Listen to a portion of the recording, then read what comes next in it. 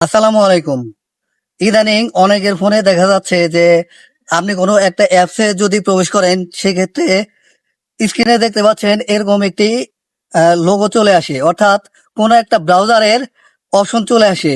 এই অপশনগুলো আপনি কিভাবে সমাধান করবেন, সেই প্রসেসটি আজকে আমি আপনাদেরকে দেখাবো। আমার হাতে যে ফোনটি দেখতে পাচ্ছেন, এই ফোনটির সমস্যাটা হচ্ছে আমি যদি কোনো ব্রাউজারে ক্লিক করি, দেখেন একটি নোটিফিকেশন চলে আসে।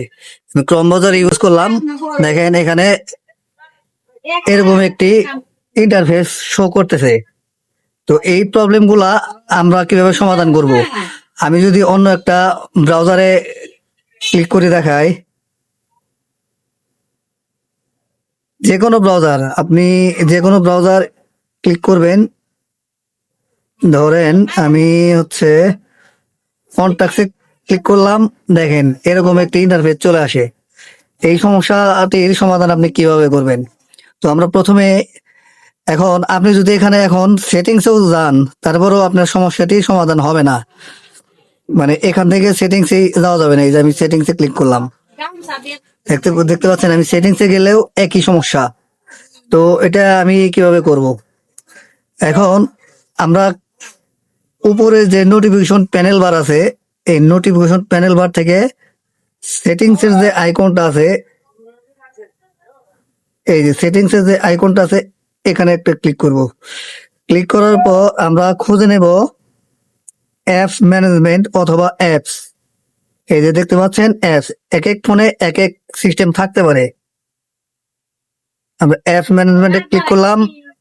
ক্লিক করার পর এখানে চেষ্টা করবেন যে থার্ড পার্টি যে অ্যাপগুলো আছে সেই অ্যাপগুলোতে ক্লিক করার জন্য। আমি এই দি ভিডিও প্লেয়ার এটাতে ক্লিক করলাম। ক্লিক করার পর দেখতে পাচ্ছেন স্টোরেজ অ্যান্ড ক্যাশ, আমি এটাতে ক্লিক করলাম। ক্লিক করার পর ক্লিয়ার স্টোরেজ, ডিলেট। আমার প্রবলেমটি, সমস্যার সমাধান আশা করি হয়ে গেছে। আমি এখন জাস্ট এখান থেকে মিনিমাইজ করব। মিনিমাইজ করে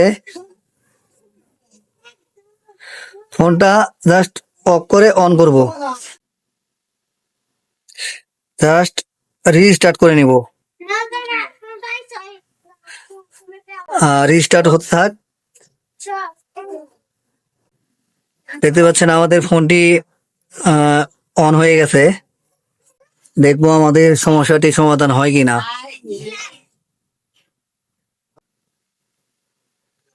আমাদের ফোনটি চালু হয়ে গেছে।